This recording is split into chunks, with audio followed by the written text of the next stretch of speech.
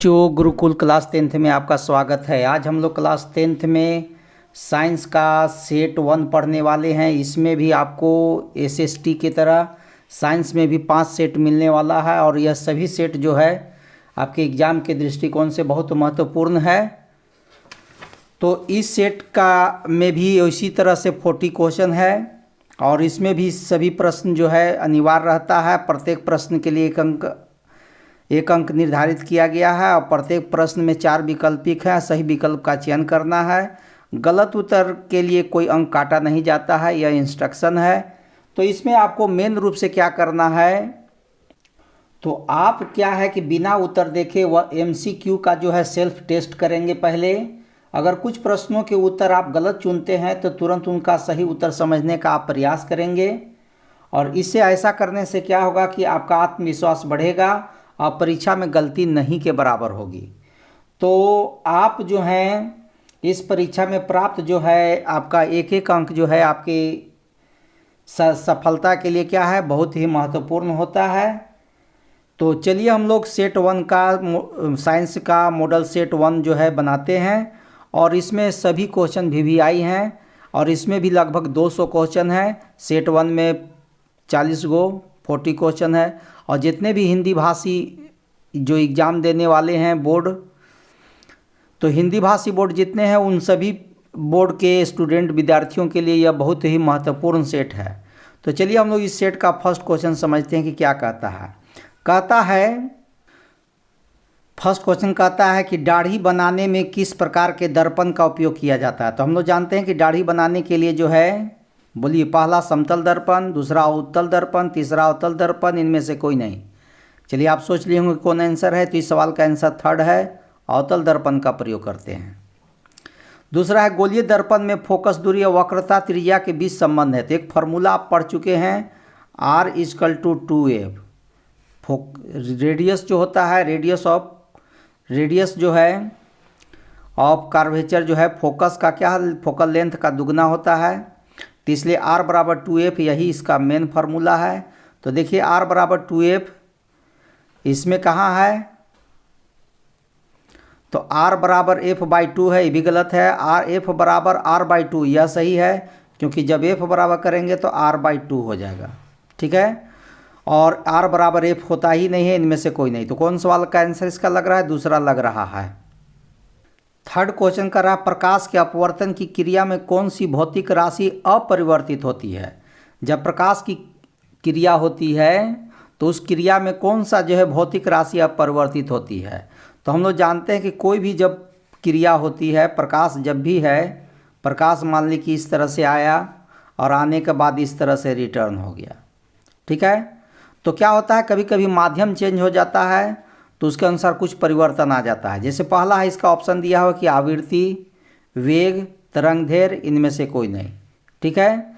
तो प्रकाश की जो वेग जो है, माध्यम बदलने से वेग भी बदल जाता है, तरंगदैर्घ्य भी बदल जाता है, या आवृत्ति जो है नहीं बदलता है। इसलिए इस सवाल का आंसर क्या हो जाएगा, आवृत्ति, फ्रीक्वेंसी हो जाएगा। चलिए अब क्वेश्चन नंबर थर्ड देखते हैं क्या है। थर्ड हो गया 4। मुख्य अक्ष के समांतर किरणें अवतल दर्पण से परावर्तन के बाद किरण किस बिंदु से होकर गुजरती है, ठीक है। मुख्य अक्ष के समांतर जो किरण है अपवर्तन के बाद किधर से गुजरती, तो हम लोग जानते हैं कि क्वेश्चन क्या है, अवतल दर्पण है। तो अवतल दर्पण में हम लोग जानते हैं कि यह दर्पण है, यह मुख्य अक्ष है और इसके समांतर जो किरण जाता है वह जाने के बाद किससे है, ठीक है, आपका ये F है और यहाँ पर C रहता है। तो कोई भी किरण अपवर्तन के बाद F से होकर के गुजरती है, ये आप जानते होंगे। तो इसमें क्या है कि मुख्य अक्ष के समांतर किरण अवतरण से परावर्तन के बाद किस बिंदु से होकर गुजरती है, C से, F से, P से, C और F के बीच में। तो अभी क्या हम बताए आपको कि F से गुजरती है। किस से गुजरती है, F से। तो इस सवाल का आंसर ये हो जाएगा, ठीक है। इस फिगर से समझ में आ गया होगा आंसर। किसी दर्पण से वस्तु को, 5 क्वेश्चन पढ़ रहे हैं, किसी दर्पण से वस्तु को कहीं भी रखने से वस्तु के बराबर आकार का सीधा प्रतिबिंब बनता है तो दर्पण होगा। तो क्या होता है इसमें, किसी दर्पण से वस्तु को कहीं भी रखने से वस्तु के बराबर आकार का प्रतिबिंब बनता है। तो कौन दर्पण है जिसमें वस्तु को कहूँ भी रखिएगा उसका उतना ही साइज दिखाएगा जितना साइज की वो वस्तु है? उत्तल दर्पण में, अवतल दर्पण में, समतल दर्पण में, समतल या उत्तल में। तो हम तो जानते हैं कि समतल दर्पण में ही वस्तु क्या होता है, जितना जितना बड़ा वस्तु रहेगा उतना ही बड़ा प्रतिबिंब बनता है। तो वह कौन होगा इस सवाल का आंसर? थर्ड, समतल दर्पण। परावर्तन के अपवर्तन के कितने नियम है? तो प्रकाश के, छठा क्वेश्चन है, प्रकाश के अपवर्तन के कितने नियम है? तो प्रकाश के अपवर्तन का नियम हो या प्रकाश के परावर्तन का नियम हो, इससे संबंधित दोनों में सेम नियम है। तो क्या एक नियम है, दो नियम है, तीन नियम है, चार नियम है? तो जानते हैं कि प्रकाश के अपवर्तन से संबंधित या परावर्तन से संबंधित दो ही नियम है। अब अगला देखिए, किसी गोलीय दर्पण की वक्रता त्रिज्या 50 सेंटीमीटर है तो उसकी फोकस दूरी होगी। तभी तुरंत यहाँ देखिए फॉर्मूला पढ़ चुके हैं कि वक्रता त्रिज्या, देखिए आपका यहाँ वक्रता त्रिज्या आर दे दिया है कितना, 50 सेंटीमीटर, और एफ पूछ रहा है तो एफ बराबर अभी देखिए फॉर्मूला बताए हैं r/2। तो 50 का आधा क्या हो जाएगा, 25 सेंटीमीटर हो जाएगा। तो इस सवाल का आंसर कौन होगा? 50 सेंटीमीटर, 40 सेंटीमीटर, 25 सेंटीमीटर, 10 सेंटीमीटर? क्या लग रहा है? 25 सेंटीमीटर। देख लिए। 8वां क्वेश्चन कहता है, तो 8वां क्वेश्चन कहता है नेत्र लेंस की फोकस दूरी कम हो जाने पर कौन सा दृष्टि दोष उत्पन्न होता है? तो जो नेत्र लेंस है उसकी फोकस दूरी यदि कम हो गया तो कौन सा दोष उत्पन्न होगा? निकट दृष्टि दोष, दूसरा दीर्घ दृष्टि दोष, तीसरा जरा दृष्टि दोष, और चौथा इनमें से कोई नहीं। तो जानते हैं कि नेत्र लेंस की फोकस दूरी यदि कम हो जाता है तो निकट दृष्टि दोष उत्पन्न होता है, ठीक है, और निकट फोकस दूरी बढ़ जाने से दीर्घ दृष्टि दोष होता है, ठीक है। अगला क्वेश्चन देखते हैं 9। जो नेत्र निकट के वस्तुओं को साफ साफ देख सकता है उस नेत्र में कौन सा दोष होता है? पहला दीर्घ दृष्टि दोष, निकट दृष्टि दोष, जरा दृष्टि दोष, इनमें से कोई नहीं। तो जानते हैं कि जो नेत्र निकट की वस्तु को साफ साफ देखता है लेकिन दूर की वस्तु को साफ साफ नहीं देखता है तो उसको हम लोग क्या कहते हैं? निकट दृष्टि दोष, ठीक है। और यही जस्ट उल्टा होगा कि जो नेत्र निकट की वस्तु को साफ नहीं देखता है, दूर की वस्तु को साफ देखता है, उसको दीर्घ दृष्टि दोष कहेंगे।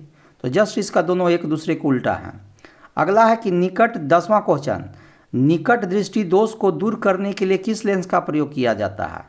ठीक है, तो निकट दृष्टि दोष को दूर करने के लिए किस लेंस का प्रयोग किया जाता है? अवतल लेंस, उत्तल लेंस, बेलनाकार लेंस, इनमें से कोई नहीं।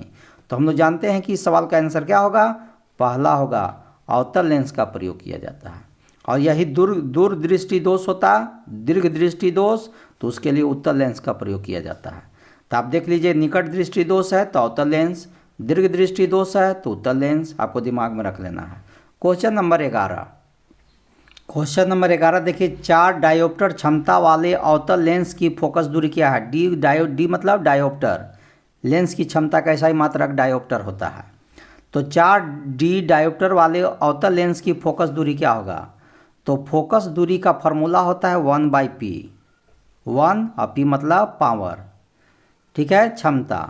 तो 1/p कब होगा? जब ये मीटर में होगा, ठीक है। मीटर में आंसर लाना है तो 1/p से बनेगा, लेकिन आपका सब ऑप्शन जो है सेंटीमीटर में है। 20 सेंटीमीटर, दूसरा 25 सेंटीमीटर, तीसरा 30 सेंटीमीटर, चौथा 40 सेंटीमीटर। तो यदि सेंटीमीटर में लाना है तो एक जगह पर 100 होगा, क्योंकि 1 मीटर में 100 सेंटीमीटर होता है।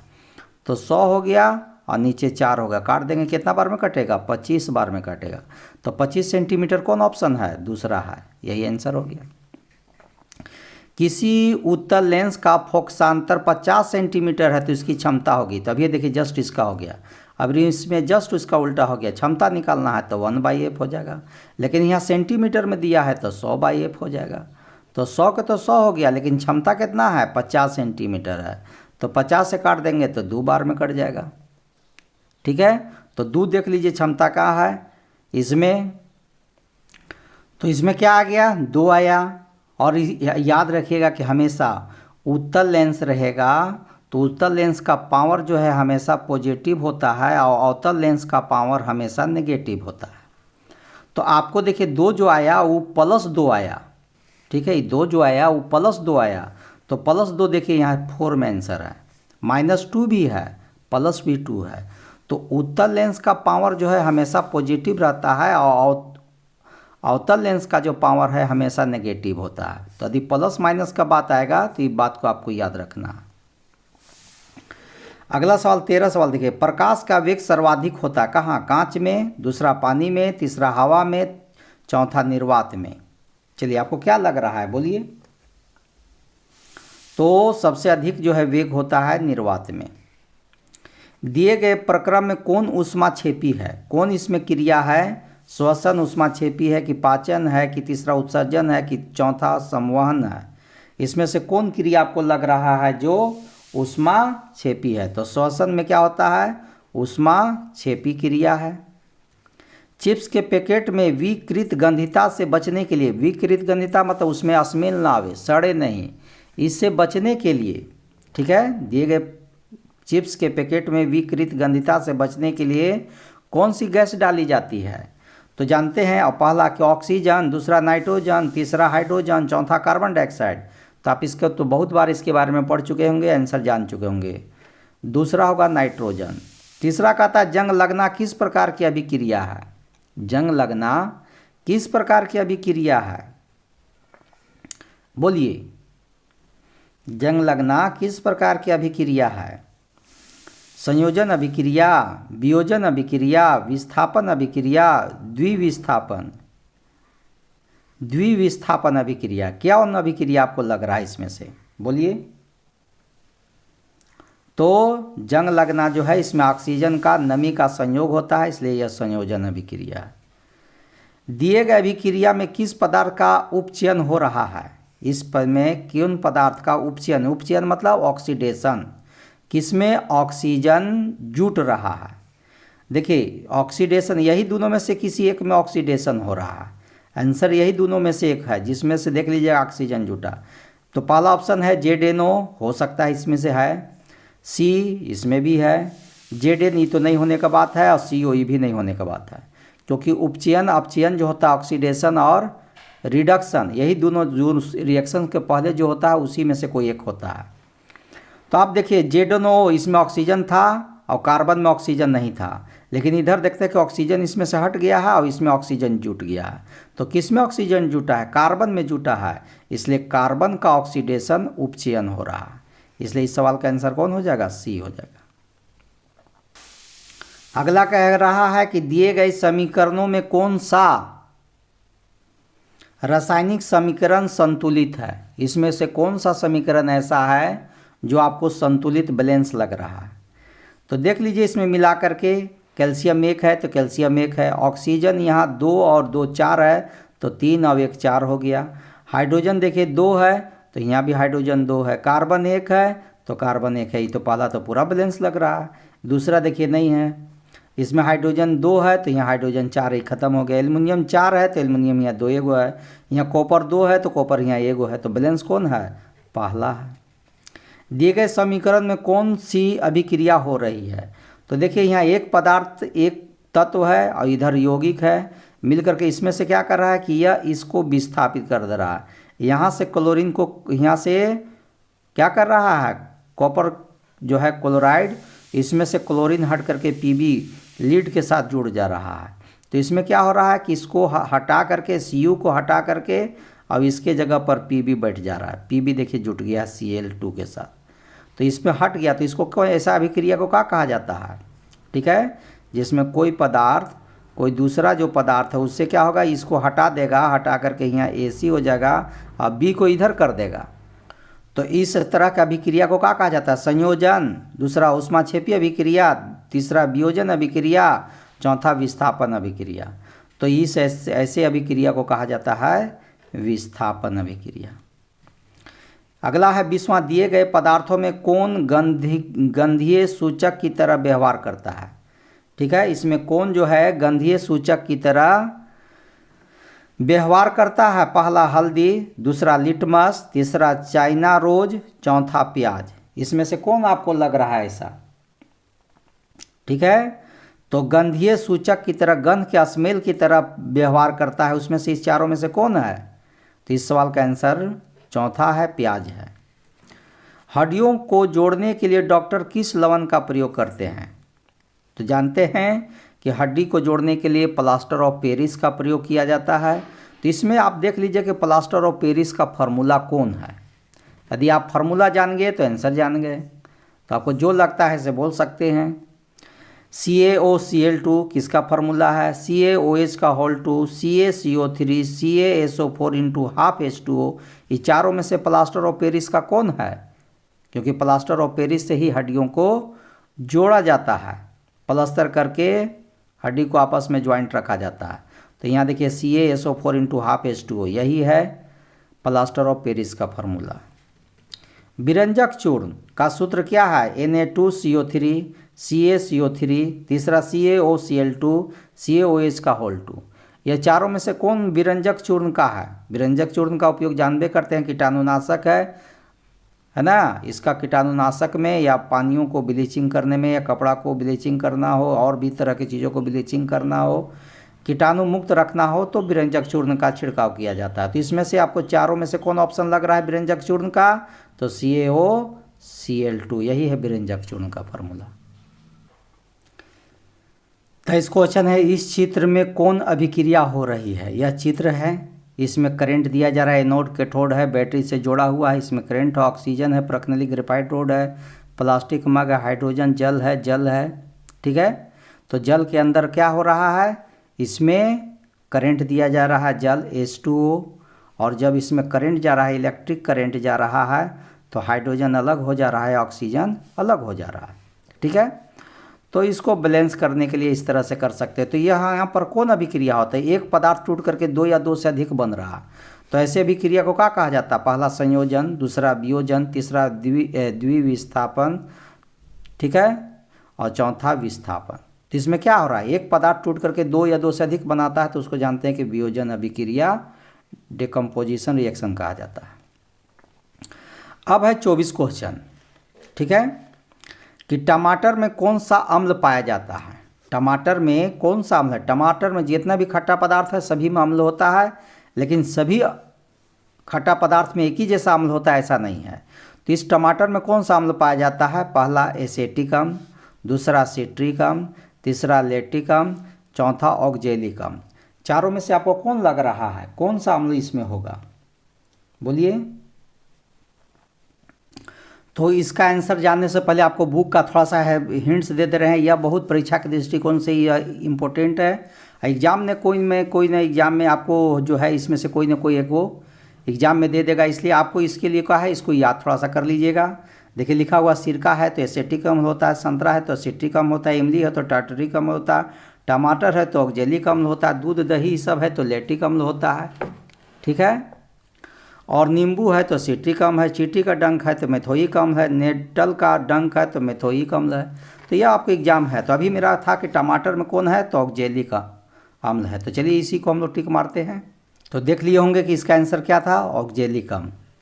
तनुकरण प्रक्रिया में होती है, ठीक है। जब तनुकरण होता है तो इस प्रक्रिया में क्या होता है? पहला H+ के सांद्रता में वृद्धि होती है, OH- के सांद्रता में वृद्धि होती है, तीसरा H+ OH- आयन के सांद्रता में कमी है, चौथा है H3O+ के सांद्रता में वृद्धि होती है।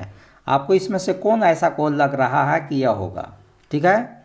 तो यहाँ पर क्या होता है कि जब यह आयन के रूप में उचरता है तो हाइड्रोजन आयन OH आयन के सांद्रता में क्या हो जाता है, कमी आ जाती है। तो इस सवाल का आंसर यह तीसरा होगा, ठीक है। अब अगला क्वेश्चन है, निम्न में से कौन प्रकाशीय वियोजन का उदाहरण है? इसमें कौन ऐसी क्रिया है जो प्रकाशीय वियोजन का एग्जाम्पल लग रहा है, ठीक है। माने प्रकाश के चलते यह वियोजन क्रिया होता है। वियोजन मतलब एक यौगिक टूट करके दो या दो से अधिक तत्व यह यौगिक बनाता है। तो यहाँ भी टूट रहा है, यहाँ भी टूट रहा है, यहाँ भी टूट रहा है, यहाँ भी टूट रहा है, लेकिन इसमें प्रकाश की उपस्थिति में होने वाला कौन है? तो यह जानते हैं कि यह जो रिएक्शन है यह ऊष्मा गर्मी के चलते होता है, ठीक है। यह विद्युत धारा के प्रवाह से होता है वाटर में, और यह जो आपका है Ag+Br यह जो है प्रकाश की उपस्थिति में होता है, इसलिए यह जो है पहला यही इसका आंसर होगा।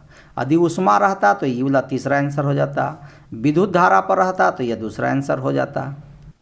अगला प्रश्न है, अमीबा अपने किस अंग से भोजन ग्रहण करता है? पहला मुंह से, दूसरा खाद्य रिक्तिका से, दूसरा में खाद्य रिक्तिका, तीसरा में है केंद्रक और चौथा में है कुटपाद। ये चारों में से किसे करता है? तो जानते हैं कि अमीबा का कोई एक कोशिकीय जीव है और इसका कोई निश्चित हम लोग जैसा अंग विकसित नहीं रहता है। यह अपने शरीर को ही मोड़ता उड़ता है, मोड़ करके इस तरह से है। तो यह जो है निकला हुआ जो भाग है, इसी भाग को हम लोग कुटपाद कहते हैं। ठीक है, और यही कुटपाद के द्वारा से धीरे धीरे यह मोड़ते जाता है, भोजन को जो है अंदर ले लेता है। ठीक है, तो यह कुटपाद के द्वारा ही भोजन करता है, इसलिए इसका आंसर कुटपाद होगा। पाचन प्रक्रिया में वसा का इमल्सीकरण कौन करता है? ठीक है, पाचन क्रिया में वसा जो है, वसा को गोला गोला जो है छोटे छोटे दाने के रूप में बदल देता है वसा को। तो यह कौन करता है? पहला हाइड्रोक्लोरिक अम्ल, दूसरा श्लेष्मा, चौथा पेप्सिन और तीसरा पेप्सिन, चौथा पीत। तो पीत ही जो है आपको वसा का इमल्सीकरण करने में हेल्प करता है। पेप्सिन तो प्रोटीन के पाचन में सहायता होता है। हाइड्रोक्लोरिक अम्ल क्या करता है कि भोजन के साथ जो भी सूक्ष्म जीव आए होते हैं उसको, भोजन को पहला नंबर अम्लीय कर देता है, उसके साथ आए हुए सूक्ष्म जीवों को नष्ट कर देता है। 29 क्वेश्चन कर रहा है कि निम्नलिखित में से किस जीव में स्वपोषी पोषण होता है? निम्नलिखित में से किस जीव में स्वपोषी पोषण होता है? पहला अमरबेल, दूसरा कवक, तीसरा अमीबा, चौथा आम। ठीक है, तो कौन है? तो अमरबेल तो जानते हैं कि कोई किसी दूसरे के पेड़, कोई बेर उड़ पर रहता है। ये पीला रंग का पौधा है, बेर उड़ के ऊपर देखे होंगे। तो यह तो बेर के या कोई दूसरे पौधे से ही अपना भोजन करता है, इसलिए स्वपोषी ने कई परपोषी है। कवक भी जो है सड़े गले चीज़ों से भोजन करता है। अमीबा भी जो है पानी में रह करके भोजन ग्रहण करता है, अपने करता नहीं है। तो इसमें स्वपोषी पोषण में कौन आ जाएगा? आम है। आम अपना भोजन स्वयं बना लेता है। मानव हृदय में कितने कोष्ठ होते हैं? तो मानव हृदय में जानते हैं कि एक कोष्ठ होता है, कि दो होता है, कि तीन होता है, कि चार होता है।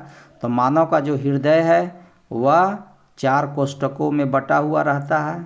ठीक है, 1 2 3 4, 2 गो अलिंद और 2 गो निलय। ठीक है, तो इसलिए 4 कोष्ठकों में इसका बंधा हुआ है। अगला है 31 क्वेश्चन कि श्वसन वर्णक किसे कहते हैं? श्वसन वर्णक मतलब सांस को शरीर के विभिन्न भागों में पहुंचाने में कौन हेल्प करता है? तो पहला क्लोरोफिल, ये तो पौधा में पाया जाता है, श्वसन अंग में यह है नहीं। दूसरा हीमोग्लोबिन, तीसरा श्वेत रक्त कणिकाएँ और चौथा प्लेटलेट्स। तो यह जानते हैं कि शरीर में जो हम लोग जो सांस लेते हैं वो फेफड़ा में जाता है, फेफड़ा से विभिन्न भागों में रक्त लिखता है और रक्त में कौन मौजूद होता है? हीमोग्लोबिन। यही हीमोग्लोबिन जो है ऑक्सीजन से मिल करके ऑक्सी हीमोग्लोबिन कार्बो ऑक्सी हीमोग्लोबिन बनाता है और शरीर के विभिन्न भागों में जाता है और शरीर के विभिन्न भागों से बाहर निकालता है। तो उसको वर्णक कौन है? तो हीमोग्लोबिन है। उत्सर्जन तंत्र की क्रियात्मकता है। उत्सर्जन तंत्र क्या है? हम लोग का फेफड़ा है और फेफड़ा के अंदर में सबसे छोटा जो है उत्सर्जन तंत्र है, श्वसन तंत्र है फेफड़ा। उत्सर्जन तंत्र जो है हम लोग का उत्सर्जन तंत्र जो है वह वृक्क है, किडनी है। और उसका सबसे छोटा भाग पूछ रहा है, सबसे छोटी इकाई। तो पहला क्या है? वायु कूपिका है, दूसरा वृक्क है, तीसरा वृकाणु है, चौथा कोशिका गुच्छ है। तो उत्सर्जन तंत्र की सबसे छोटी जो इकाई होता है उसको नाम है वृकाणु या नेफ्रॉन भी कहते हैं। ठीक है, वृकाणु या नेफ्रॉन भी कहते हैं। यदि अंग्रेजी में नेफ्रॉन आएगा तो आप नेफ्रॉन भी मार सकते हैं। 33 क्वेश्चन है वृक्क की क्रियाशीलता कम होने पर रक्त को शरीर से बाहर निकालकर छानने की प्रक्रिया क्या कहलाती है? जब किसी का किडनी खराब हो जाता है, काम करना बंद कर देता है या कम काम करता है, तो उस स्थिति में उसके शरीर का जो पूरा रक्त है उसको बाहर निकाल दिया जाता है। बाहर निकाल के छान करके फिर शरीर के अंदर भेज दिया जाता है। तो इस प्रक्रिया का क्या नाम है? मूत्र का बनना, दूसरा अपोहन, तीसरा विसरण, चौथा पुनर्अवशोषण। तो यह शरीर से बाहर निकाल के छानने की जो प्रक्रिया उसका नाम है अपोहन, अंग्रेजी में डायलिसिस कहा जाता है। तो यह आंसर हो गया अपोहन या डायलिसिस। अगला प्रश्न है जनन की मूल घटना क्या है? पहला युग्मक का बनना, दूसरा युग्मनज का बनना, चौथा डीएनए की प्रतिकृति बनना, चौथा भ्रूण का बनना। तो जानते हैं कि जनन की मूल घटना जो है डीएनए की प्रतिकृति बनना है, यही तीसरा आंसर है। चौथा जो क्वेश्चन अगला जो है 35 क्वेश्चन है दिया गया चित्र किस प्रकार के जनन को दिखाता है? तो यह जो चित्र है यह प्लाज्मोडियम का है, जिसके ऊपर से मलेरिया नामक बीमारी फैलता है। तो प्लाज्मोडियम के अंदर कौन तरह का होता है? बहुखंडन, मुकुलन, तीसरा विखंडन, चौथा पुनरुद्भवन। तो प्लाज्मोडियम के अंदर देखिएगा कि बहुविखंडन, एक कोशिका जो है टूट करके अनेक कोशिका में विभाजित हो जाता है, अनेक जीव अंदर बन जाता है, अनेक प्लाज्मोडियम का निर्माण हो जाता है। तो यह बहुखंडन विधि से होता है। 36 क्वेश्चन है, नर युग्मक तथा मादा युग्मक के संलयन को क्या कहते हैं? जहाँ पर नर युग्मक और मादा युग्मक, ठीक है, स्पर्म और एग दोनों जब मिलते हैं तो उस मिलने को क्या कहते हैं? पहला निषेचन, दूसरा परागन, तीसरा अंकुरन, चौथा संलयन। तो हम लोग जानते हैं कि नर और मादा युग्मक के मिलने की क्रिया को कहते हैं निषेचन, फर्टिलाइजेशन। 37 क्वेश्चन कहता है कि लड़कों में यौना अवस्था के लक्षणों का नियंत्रण कौन हार्मोन करता है? पहला टेस्टोस्टेरोन, दूसरा इंसुलिन, तीसरा प्रोजेस्टेरोन, चौथा थायरोक्सिन। तो यौनावस्था में जो लक्षण होते हैं, लक्षण को नियंत्रित करने के लिए पूर्ण लड़कों में टेस्टोस्टेरोन होता है। टेस्टोस्टेरोन यही है। और इंसुलिन तो जानते हैं डायबिटीज़ से संबंधित है, ग्लूकोज की मात्रा को नियंत्रित। प्रोजेस्टेरोन ये महिलाओं में होता है। यदि यहाँ लड़कों की जगह लड़की रहता है तो प्रोजेस्टेरोन मारते, ठीक, और लड़का है तो टेस्टोस्टेरोन मारेंगे, ठीक है। तो आपको याद रखना है, लड़का है तो टेस्टोस्टेरोन है, यही लैंगिक लक्षणों का नियंत्रण करता है। लड़की रहता है तो प्रोजेस्टेरोन, यही लैंगिक लक्षणों का नियंत्रण करता है। सौर स्थिरांक का मान क्या है? सौर स्थिरांक का मान क्या है? पहला ऑप्शन है 1.4 किलोवाट पर मीटर स्क्वायर, 1.4 किलोवाट पर किलोमीटर स्क्वायर, 14 किलोवाट पर किलोमीटर स्क्वायर, 14 किलोवाट पर मीटर स्क्वायर। आपको इसमें से चारों में से कौन ऑप्शन लग रहा है जो इससे संबंधित है, सौर स्थिरांक का मान को सही बताता है? तो आपको में से कोई लग रहा है तो बोल सकते हैं। तो इस सवाल का आंसर पहला है 1.4 किलोवाट पर मीटर स्क्वायर। 39 क्वेश्चन है, जैव गैस का मुख्य घटक क्या है? तो जैव गैस का जो है, जैव गैस गोबर गैस जिसको कहते हैं। तो गोबर जब सड़ता गलता है या कोई भी चीज़ पादप अपशिष्ट जब सड़ता गलता है तो सड़ने गलने से कौन गैस निकलता है? कार्बन डाइऑक्साइड, नाइट्रोजन, तीसरा ऑक्सीजन, चौथा मीथेन। तो आप जान चुके हैं कि बायोगैस में कौन गैस होता है? मीथेन गैस होता है, जिसका फार्मूला CH4 होता है। चौथा क्वेश्चन है, महासागरीय तापीय ऊर्जा प्राप्त करने के लिए सागर के पृष्ठ के जल का ताप और 2 के मीटर की गहराई के जल के ताप में कितना का अंतर होना चाहिए? ठीक है, जो है महासागरीय जो तापीय है उसके अंदर यदि जल विद्युत उत्पादन करना है तो उसके लिए दोनों ऊपर का पानी थोड़ा गर्म रहता है, नीचे का पानी फिर ठंडा रहता है। तो दोनों के बीच के टेम्परेचर में कितना का अंतर होना चाहिए? 20 degree Celsius, 30 degree Celsius, 40 degree Celsius, चौथा 50 डिग्री सेल्सियस। आपको क्या लग रहा है? तो दोनों के टेम्परेचर में जो है 20 डिग्री सेल्सियस का डिफरेंस होना चाहिए, क्योंकि इतना पर क्या होता है, अमोनिया जो है द्रव से गैस बन जाता है और इस तरह से टरबाइन जो है अंदर घूमते रहता है, बिजली का उत्पादन होते रहता है। तो इस तरह से पहला जो सेट है हम लोग मॉडल सेट साइंस का बना चुके हैं। दूसरा सेट में हम आपसे फिर मिलेंगे। तब तक के लिए जय हिंद, जय भारत।